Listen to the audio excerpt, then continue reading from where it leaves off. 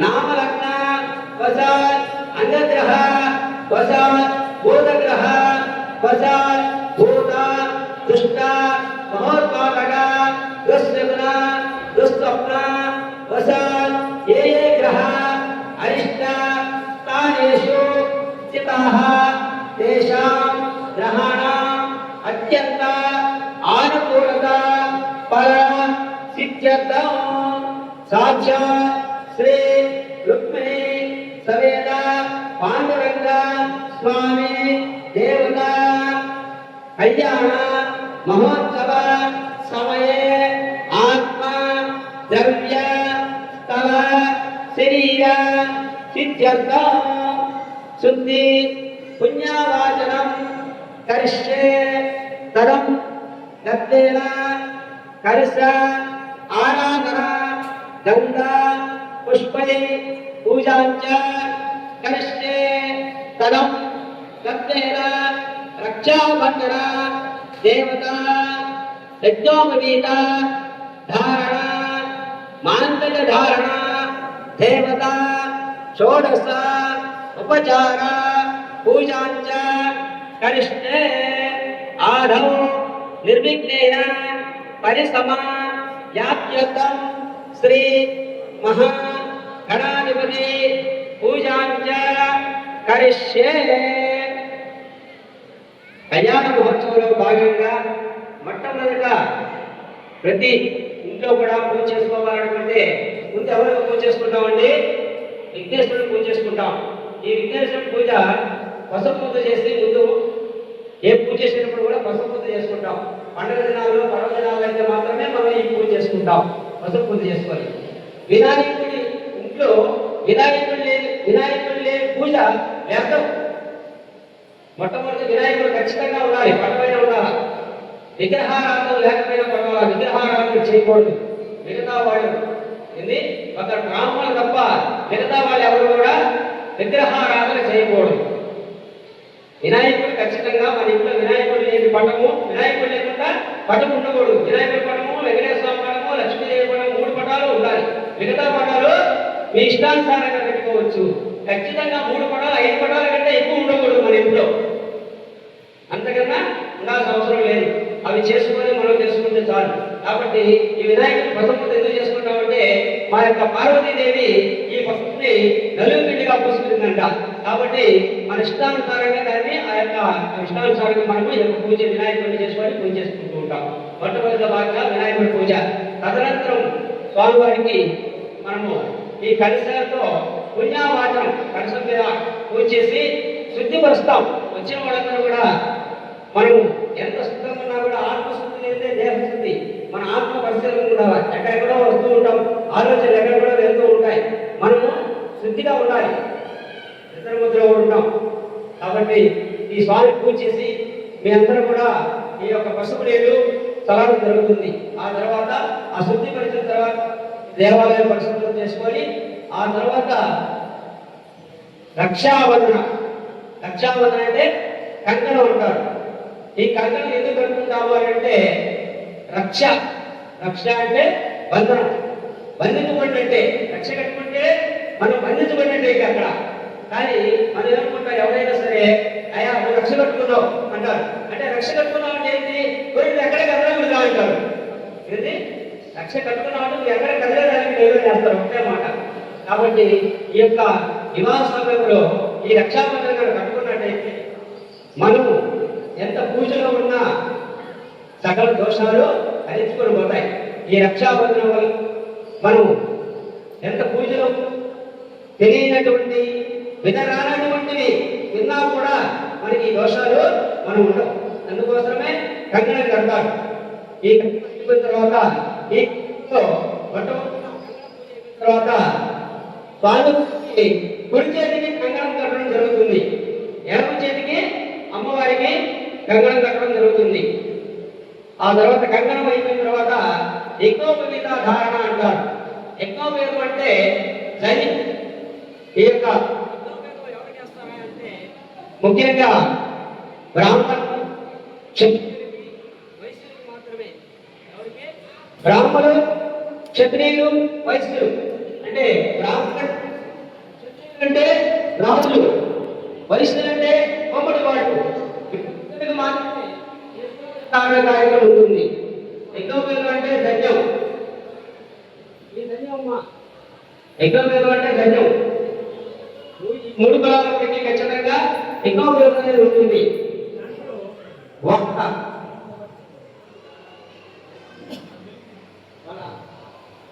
ఆచార సాంప్రదాయాలను బట్టి ఇప్పుడు ఈ యొక్క యజ్ఞోపేత ధన్యం నాయి బ్రాహ్మణులకి, అట్లాగే హేమాములకి, అట్లాగే జన్మదేవులు కూడా ఇవాళ ఆచారాలను బట్టి మాత్రం ధన్యం వేసుకుంటారే కానీ శాస్త్రోక్తంగా కూడా ఎవరికి ధన్యం అనేది ఉండదు.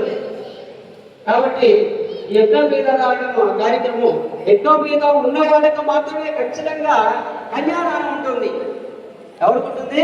యజ్ఞోపేతం ఉన్న వాళ్ళకి మాత్రమే కన్యాదానం చేస్తారు. ఇప్పుడు ఆచార సాంప్రదాయాలను బట్టి వాళ్ళు ఏంటంటే మాకు కూడా చేయండియా కన్యాదానం అని చెప్పి అడుగుతూ ఉంటారు. కాబట్టి ఈ కన్యాదానం అనేది వాళ్ళ ఆచార పురాణ ఆచార సంప్రదాయం ప్రకారంగా ఈ యొక్క యజ్ఞోపేతం జరుగుతుంది. ఈ యజ్ఞోపేతం ఎవరు వేస్తున్నారని అంటే మొట్టమొదట ఈ యజ్ఞోపేతం అంటే పెళ్లి కుమారుడికి ముందు 3 పోగులు, మొత్తం 9 పోగులు ఉంటాయి. యజ్ఞోపేతం అంటే 9 పోగులు ఉంటాయి. ఈ 9 పోగుల్లో 3 పోగులు మాత్రమే అబ్బాయి తల్లిదండ్రులు వేస్తారు. అంటే ఇక్కడ మనం చెప్పుకోవాలంటే పాండురంగ స్వామికి తల్లిదండ్రులు ముందు ఉపనయనం అయితే ఒడుగు అయితే పెళ్లి చేయకూడదు. 3 పోగులు తగ్గి వేయాలి. ఈ 3 పోగులు తగ్గి వేసిన తర్వాత ఆయన బ్రహ్మచారి, అంటే ఇంటికి గృహస్థుడు కాడు, ఓన్లీ బ్రహ్మచారి మాత్రం అవుతాడు. ఆ తర్వాత మొత్తం 9 పోగుల్లో ఇంకా 2 పోగులు, ఇంకా 4 పోగులు ఉంటాయి. మొత్తం 9 పోగులు, ఇంకా 6 పోగులు ఉంటాయి. ఈ 6 పోగులు ఎవరు వేస్తారంటే పెళ్లిలో అత్తామామలు వేస్తారు ఇద్దరు. అప్పుడు ఆయన గృహస్థుడు అవుతాడు. ఎప్పుడైతే ఈ అత్తామామలు ఇద్దరు కలిసి ఈ విధంగా 6 పోగులు వేస్తారో అప్పుడు ఆయన గృహస్థుడు అవుతాడు. కాళ్ళు వెళ్ళి కన్యాదానం చేస్తే అక్కడికి ఆయన గృహస్థుడు అవుతాడు అనమాట. కాబట్టి ఆ విధంగా యజ్ఞోపేత దానం జరుగుతుంది. యజ్ఞోపేత దానం అయిన తర్వాత కన్యాదానం. కన్యాదానం అంటే కాళ్ళు కలిగి కన్యాదానం చేయాలి. కాళ్ళు ఎవరెవరు కడుగుతారు? కాళ్ళు ఎవరెవరు కడుగుతారు? ఆయన మా కాళ్ళు ఎవరెవరు కడుగుతారు? ఇక్కడ ఢిల్లీలో మామగారు ఎవరు కడుగుతాడు? అల్లుడు కడుగుతాడు. ఎందుకు కడుగుతాడా? ఆయన వయసు చిన్నదైపోయా. ఏం ఎందుకు కడుగుతాడు కాళ్ళు? కాళ్ళు ఏంటి అంటే ఇక్కడ ఆ యొక్క పెళ్లి కుమారుడు లక్ష్మీనారాయణతో సమానం అనమాట. కాబట్టి మహావిష్ణువుతో సమానం. ఆయన కాళ్ళు కడిగి నీరు తల్లుకుంటే అట్లాగే అమ్మాయి వచ్చేసి లక్ష్మీదేవితో సమానం. కాబట్టి అమ్మాయిని ఆ విధంగా కాళ్ళు కడిగి కన్యాదానం చేసి ఆయన నీళ్లు బయట తల్లుకుంటాడు స్వామి. ఈ కాళ్ళు కన్యాదానం చేసిన ఫలితం ఎలా ఉంటుందంటే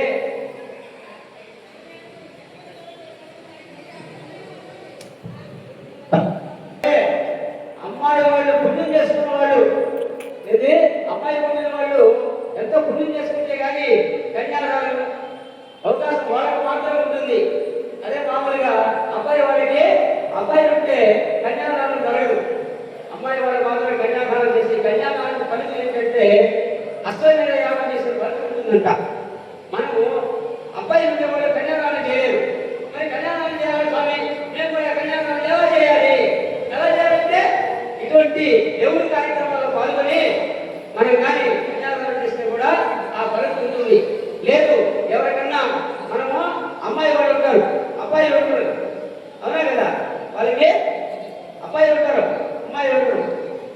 అప్పుడు ఏం చేయాలి? వాళ్ళ స్థానంలో మనం కూర్చొని కానీ కన్యాదానం చేస్తే ఆ ఫలితం కూడా ఉంటుందని చెప్పి శాస్త్ర ప్రమాణం. కాళ్ళకి కన్యాదానం చేయాలి. కన్యాదానం అయిన తర్వాత జనగిరా బెల్లం. జనగిరా బెల్లం అంటే జనగిరా బెల్లం ఏ విధంగా మనం కలిపేస్తే దాంట్లో విడదీయగలమో ఏమా? జనగిరా బెల్లం కలిపేస్తే దాని నుంచి జనగడ్డ విడదీయగలమా?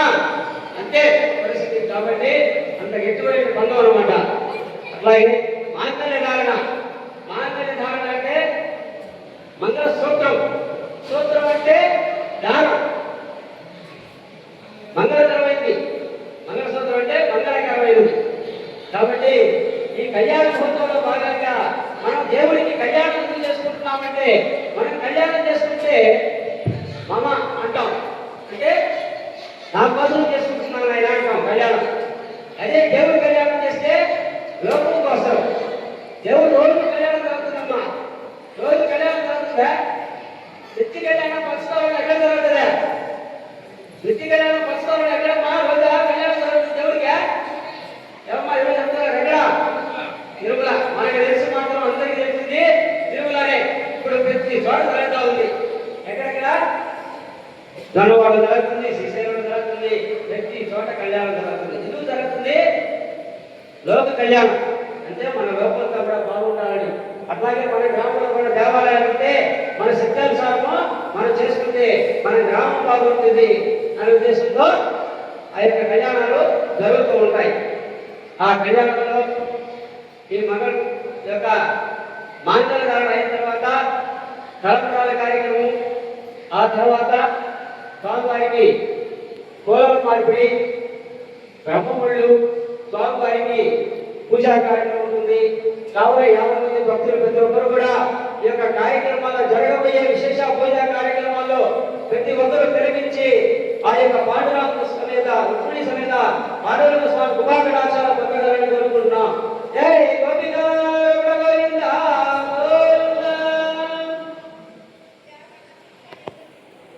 గణపతిర్వామహే కవి కవీనామవస్త్రవస్తవం జ్యేష్ఠరాజం బ్రాహ్మణం బ్రాహ్మణస్పదః ఓం శ్రీ మహాగణాధిపతయే నమః. ఓం శ్రీ మహాగణాధిపతయే నమః. ధ్యాయామి, ధ్యానం సమర్పయామి, ధ్యానం సమర్పయామి, ఆవాహయామి, ఆసనం సమర్పయామి, పాదయోః పాదం సమర్పయామి, హస్తయోః అర్ఘ్యం సమర్పయామి, శుద్ధ ఆచమనం సమర్పయామి, ముఖే ఆచమనం సమర్పయామి, వస్త్రార్థం అక్షతాం సమర్పయామి, యజ్ఞోపేతార్థం అక్షతాం సమర్పయామి, శ్రీగంధం సమర్పయామి, గంధద్వారాంతరా దశాం విష్ణుస్నేహరేషణేన ఈశ్వరిగం సర్వభూతానాం కామిహోపయస్యం శ్రీ మహాగణాధిపతయే నమః. శ్రీగంధం సమర్పయామి, గంధశోభనే అలంకరణార్థం అక్షతాం సమర్పయామి. ఓం శ్రీ మహాగణాధిపతయే నమః. ఓం సుమకాయ నమః. ఓం ఏకదంతాయ నమః. ఓం కపిలాయ నమః. ఓం గజగణికాయ నమః. ఓం లంబోదరాయ నమః. ఓం నికటాయ నమః. ఓం విఘ్నరాజాయ నమః. ఓం ధూమకేతవే నమః. ఓం గణాధిపతాయ నమః. ఓం బాలచంద్రాయ నమః. ఓం పద్మవృందాయ నమః. ఓం ధూమగణాయ నమః. ఓం హేరంబాయ నమః. ఓం స్కందపూర్వజాయ నమః. శ్రీ మహాగణాధిపతయే నమః. యలాచంద్రవరభద్రపుష్పాయ అక్షరాం సమర్పయామి, ధూపమాన్ ధారయామి, విశాఖాంతరాజమోహం శ్రీ మహాగణాధిపతయే నమః. యలాచంద్రమాగ్రావయామి, సాక్షాత్ ప్రత్యక్షదేవం దర్శయామి. ఓం భూర్భువస్సువః. ఓం